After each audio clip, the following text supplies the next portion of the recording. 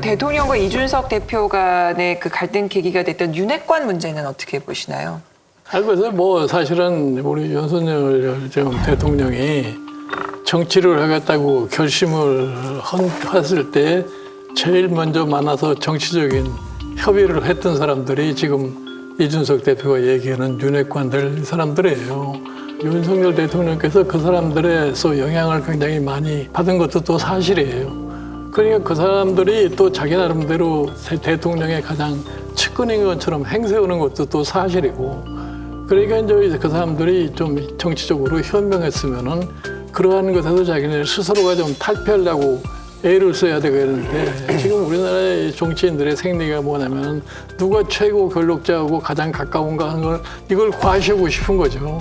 그러니까 그걸 계속 지속되다 보니까 지금 윤핵관 하는 얘기가 나오는 건데, 이거 지금 시간이 가지 않으면 지금 당장에 해소될 수가 없어요.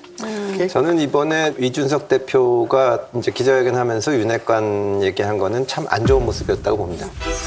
결국 이 정권이 위기인 것은 윤핵관이 바라는 것과 대통령이 바라는 것, 그리고 많은 당원과 국민들이 바라는 것이 전혀 일치하지 않기 때문입니다.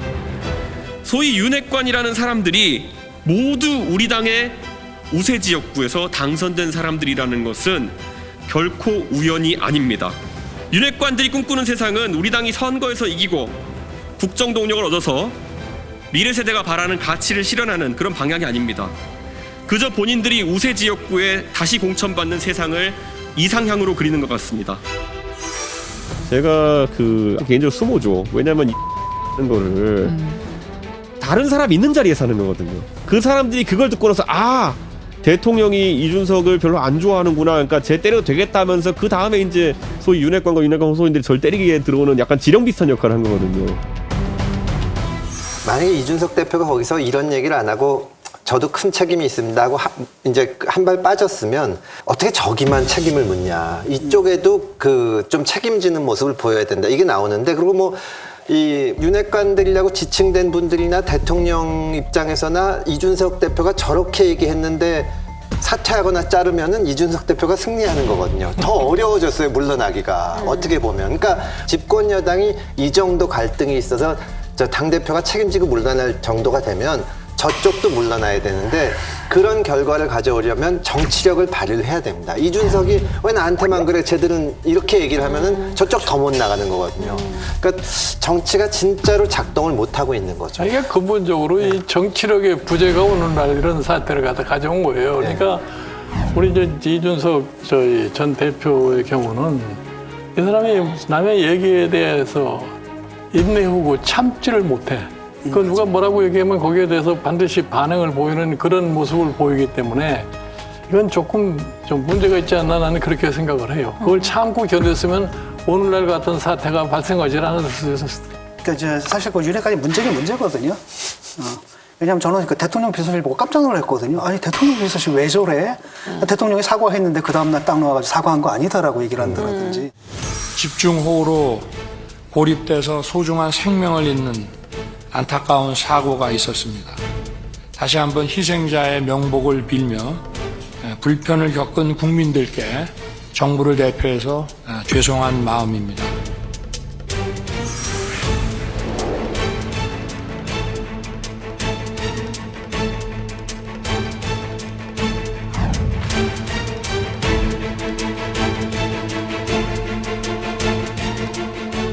그 민심을 대통령한테 전달하고 그다음에 대통령의 말을 민심에 맞게끔 이렇게 해줘야 되는데, 대부분 그냥 호의무사만 해서 결과적으로 대통령한테 누만 끼치거든요.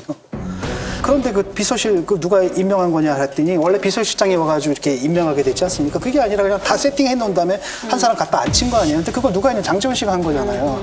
이런 문제가 있고, 그 다음에 이제 권성동 이분도 검수완박 때 괜히 그 쓸데없는 짓 해가지고 당을 갖다 위험한 처지에 몰아넣고, 이번에도 문자 파동 일으키고, 그 다음에 호가호위하거든요. 여가부에 대해서 막 얘기하고 총리처럼 이런 분이고, 그다음 이철규 이분이 또 하나인데.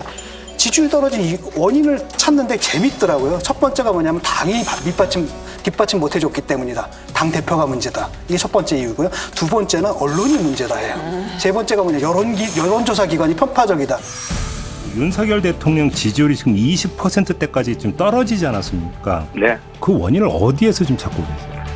당내 기본적인 당내 분란이라고 생각을 합니다. 당과 대통령실, 정부가 예. 혼연일체가 돼서 정책에 대해서 협의하고 예. 같은 방향으로 나아가야 되는데 예. 그런 모습을 보여주지 못했지 않습니까? 당이 대통령 선거 중에도 물론이고 이후에도 한 번도 정책 뒷받침을 하기 위해서 협조적인 경우가 없었다 이겁니다. 또 여론조사 기관에서 조사하는 설문을 봤습니다. 그분들의 면면을 보면은 예. 어떤 성향을 가진 분들인지 전부 다 알 수 있지 않습니까? 예. 이러니까 앉아가지고 기다리면은 언젠가 국민이 알아줄 거야 이런 인식이 나온다라는 거죠. 근데 이 세 사람들이 아직은 계속 당을 꽉 잡고 끌고 나가고 있거든요. 그래서 과연 이제 쉽게 극복이 되겠느냐. 그다음에 또 하나는 뭐냐면 이번 사태를 통해 가지고 일단 찍혔거든요. 국민들도 보잖아요. 윤 대통령 책임. 그다음 책임이 바로 이 윤핵관들이다. 그러니까 국민들의 마음에서 이 사람들은 떠났거든요. 그럼에도 불구하고 이 사람들이 계속 거기 잡고 있을 거라는 거예요. 그게 문제인 거죠. 그 야당과 한간에서 김재동 얘기하잖아요. 그 3대 리스크다 해가지고. 김재동이 누군데? 김건희, 장제원, 권성동. 아, 김재동. 네. 그 부분에 대해서는 어떻게 보십니까? 결국은 그 모든 책임이 윤 대통령한테 있는 거죠. 그 문제점들을 어떻게 잘 보완하고 문제가 나지 않도록 해야 하는지 그런 책임이 다 대통령한테 일차적으로 있는 거고 그다음에 대통령을 보좌하는 대통령실에 있는 거죠. 정말로 그런 면에서 특별감찰관 임명을 해야 됩니다. 맞아요. 이게 그 민주당에 대해서 어떤 그 이니셔티브를 줄 수도 있는 거고 사실은 그런 문제들을 다 이렇게 어떻게 보면은 해소할 수 있는 거거든요. 중립적인 인물로 누가 봐도 저 사람은 함부로 막 하지는 못할 거다 같은 사람이 들어가 있으면 그것도 어떤 성과를 내세울 수도 있고 하는데 왜 특별감찰관을 임명을 명확한 이유도 없이 안 하고 있으니까 계속 이런 문제가 생기는 거죠. 아니 그러니까 사실은 이 대통령에게 가장 영향력을 많이 행사할 수 있는 사람이 영부인이라고 볼 수밖에 없어요. 그렇죠. 네. 그러니까 뭐 제일 가깝게 제일 많은 시간을 갖다가 대화를 나누니까 거기에서 자연적으로 영향을 받을 수밖에 없는데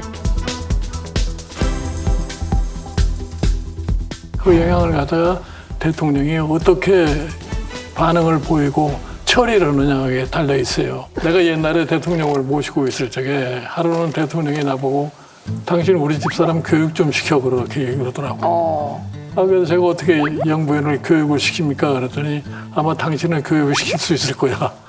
그래서 뭐 대통령이 그렇게 말씀하시니까 내가 영부인을 직접 만났어요. 네네. 만나서 뭐 여러 가지 밖에서 이러고 저러고 얘기가 많이 들어오는데 그런 얘기가 대통령한테 다 그대로 반영이 되면은 대통령이 제대로 된 대통령을 할 수가 없습니다 말이야. 그러니까 그런 측면은 삼가해 주셨으면 좋겠습니다 하고 내가 그렇게 말씀을 드린 적이 있는데. 누구셨죠? 네? 누구셨죠? 영부인. 노태우 대통령 시절에. 아니 저도 노태우 대통령이라고 생각했는데 네.